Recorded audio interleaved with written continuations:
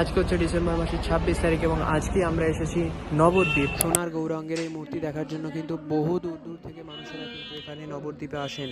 নবদ্বীপ প্রধান 4টি কারণের জন্য বিখ্যাত। তার মধ্যে প্রথম হচ্ছে এটাই হচ্ছে শ্রী চৈতন্য মহাপ্রভুর জন্মস্থান। দ্বিতীয়ত, নবদ্বীপকে বলা হয় প্রাচ্যের অক্সফোর্ড। নবদ্বীপই ছিল একসময় বাংলার রাজধানী। নবদ্বীপে আরও একটা জিনিস আছে, সেটা হচ্ছে নবদ্বীপের সবথেকে ফেমাস লাল দই। আজকে হচ্ছে ডিসেম্বর মাসের 26 তারিখ এবং আমরা এখন রয়েছি শ্রী শ্রী কেশবজি গৌড়ীয় মঠে। এই হচ্ছে ভিতরটা, এখানে বড় বড় করে লেখা রয়েছে, আপনারা দেখতে পাচ্ছেন শ্রী শ্রী কেশবজি গৌড়ীয় মঠ। এখানে আমরা ঢুকেই দেখতে পাচ্ছি যে হরে কৃষ্ণ কৃষ্ণ কৃষ্ণ হরে হরে, হরে রাম রাম রাম হরে হরে। দেখুন, এর ভেতরে কিন্তু আমরা ওনাদেরকে জিজ্ঞেস করেছি, তারপরেই আমরা এখানে ভিডিও করছি। এটা হচ্ছে শ্রী শ্রী কেশবজি গৌড়ীয় মঠ এবং এখানে ভেতরটা খুবই সুন্দরভাবে কিন্তু কারুকার্য করা রয়েছে। আপনারা প্রত্যেকটি এলে এখানে খুবই ভালোভাবেই দেখতে পাবেন। তো বাকি আর আমি দেখাচ্ছি না, বাকিটা ভেতরে আমি গিয়ে দেখাবো। গোস্বামীর মূর্তি এরকম পরপর রাখা রয়েছে, আপনারা আসতে পারেন, অবশ্যই ভিজিট করতে পারেন, দেখতে পারেন। সনাতন গোস্বামীর একটি মূর্তি এখানে কিন্তু রাখা রয়েছে সুন্দর করে। খুবই সুন্দর জায়গাটি, মাত্র 10 টাকার টিকিটের বিনিময়ে আপনারা ভেতরে প্রবেশ করতে পারেন এবং জায়গাটিকে ঘুরে দেখতে পারেন। সচিমাতার বলে বালক নিমাই, দেখুন কত সুন্দর করে মূর্তির মাধ্যমে দেখানো হয়েছে।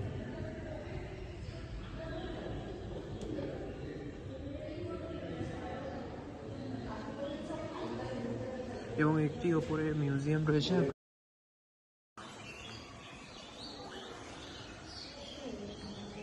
শ্রী শ্রী গোবর্ধন পূজা এবং তার পরিক্রমা কিন্তু এখানে দেখানো হয়েছে সম্পূর্ণভাবে, খুবই সুন্দরভাবে সুসজ্জিতভাবে কিন্তু এখানে জায়গাটিকে রাখা রয়েছে। দারুণ, আপনাদের অবশ্যই কিন্তু ভালো লাগবে। অবশ্যই কিন্তু একবার আপনারা এখানে আসতে পারেন এবং দর্শন করতে পারেন।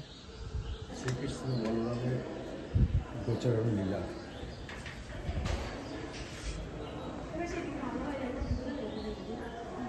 দেখুন, শ্রীকৃষ্ণের মূর্তিটি কি সুন্দরভাবে এখানে কিন্তু রাখা হয়েছে এবং দারুণ কিন্তু এখানে দেখা প্রতিটি মূর্তি কিন্তু ভাস্কর্য একদম অসাধারণ।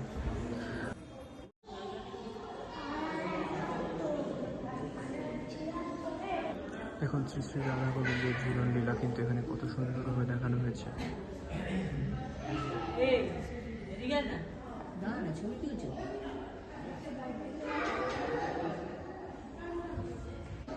দেখুন, এখানে কিন্তু কত সুন্দরভাবে সমস্ত কিছু করা রয়েছে, কিন্তু আপনাদের কাছে আমরা বিনীতভাবে, এনারা অনেকবারই রিকোয়েস্ট করে থাকেন, কিন্তু এই যে এই সমস্ত দেখুন, আপনাদের কাছে কিন্তু সবাই অনেকভাবে রিকোয়েস্ট করে, কিন্তু এই সমস্ত এখানে কোকা কোলার একটি থামস আপের বা যা কিছুরই বোতল এখানে কিন্তু ফেলে রাখা হয়েছে। এগুলো আপনারা দয়া করে ফেলবেন না, এগুলো আপনাদেরকে বারণ করা হয়, এগুলো দয়া করে ফেলবেন না। এটি হচ্ছে শ্রী শ্রী মাধব বা কৃষ্ণচন্দ্র জিউর মন্দির এবং সামনে আমরা গোমাতাকেও দেখতে পাচ্ছি। তো চলুন ভেতরে যাওয়া যাক। মন্দিরটি কিন্তু খুবই সুন্দর, আপনারা কিন্তু অবশ্যই কিন্তু এখানে একবার আসতে পারেন, আপনাদের অবশ্যই ভালো লাগবে। নবদ্বীপ ভ্রমণের এটি হচ্ছে সেকেন্ড স্পট। এটিকে সোনার মন্দির নামেও এটি পরিচিত।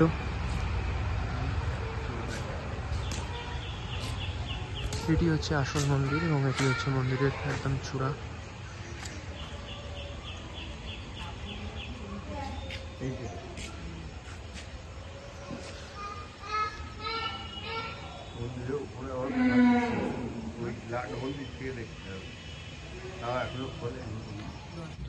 এখন কিন্তু মন্দিরটি ওপেন হয়নি, আমরা এখন এসেছি বিকেলের দিকে। এখন ঘড়িতে সময় হচ্ছে 4:30, এখন মন্দিরটি খোলা নেই, তো আপনাদের এই জন্য এর ভেতরটি দেখাতে পারলাম না। আপনারা যদি আসেন, আর বলছে এখানে 10 মিনিটের মধ্যে খুলে যাবে, আমরা আর অপেক্ষা করছি না। তো আপনারা মোটামুটি 5টার সময় যদি আসেন, আপনারা এখানে কিন্তু ভেতরে প্রবেশ করতে পারবেন। খুবই সুন্দর মন্দির প্রাঙ্গণটিও। এটি হচ্ছে আমাদের নবদ্বীপ ভ্রমণের 3 নাম্বার স্পট। এখানে প্রচুর দোকানপাট রয়েছে, আপনারা চাইলে পুজোও দিতে পারেন।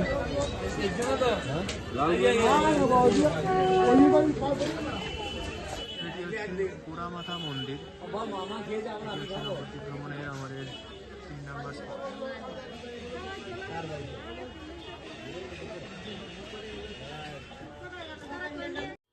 নবদ্বীপ ভ্রমণের ৪ নম্বর স্পট সোনার গৌরাঙ্গ। এটি নবদ্বীপ ভ্রমণের সব থেকে একটি গুরুত্বপূর্ণ এবং দর্শনীয় স্থানের মধ্যে একটি। তো চলুন ভেতরে যাওয়া যাক, ভেতরে গিয়ে আমরা বাকি কথা বলছি। মন্দিরের ভেতরে প্রবেশ করে গেছি এবং বন্ধুরা আপনারা দেখতে পাচ্ছেন সোনার গৌরাঙ্গ। সামনেই রয়েছে নিমাই এবং মাধবাচার্য। এটি হচ্ছে সোনার গৌরাঙ্গের পুরো মূর্তিটি আমি আপনাদেরকে ভিডিওর মাধ্যমে দেখানোর চেষ্টা করলাম। ধন্যবাদ।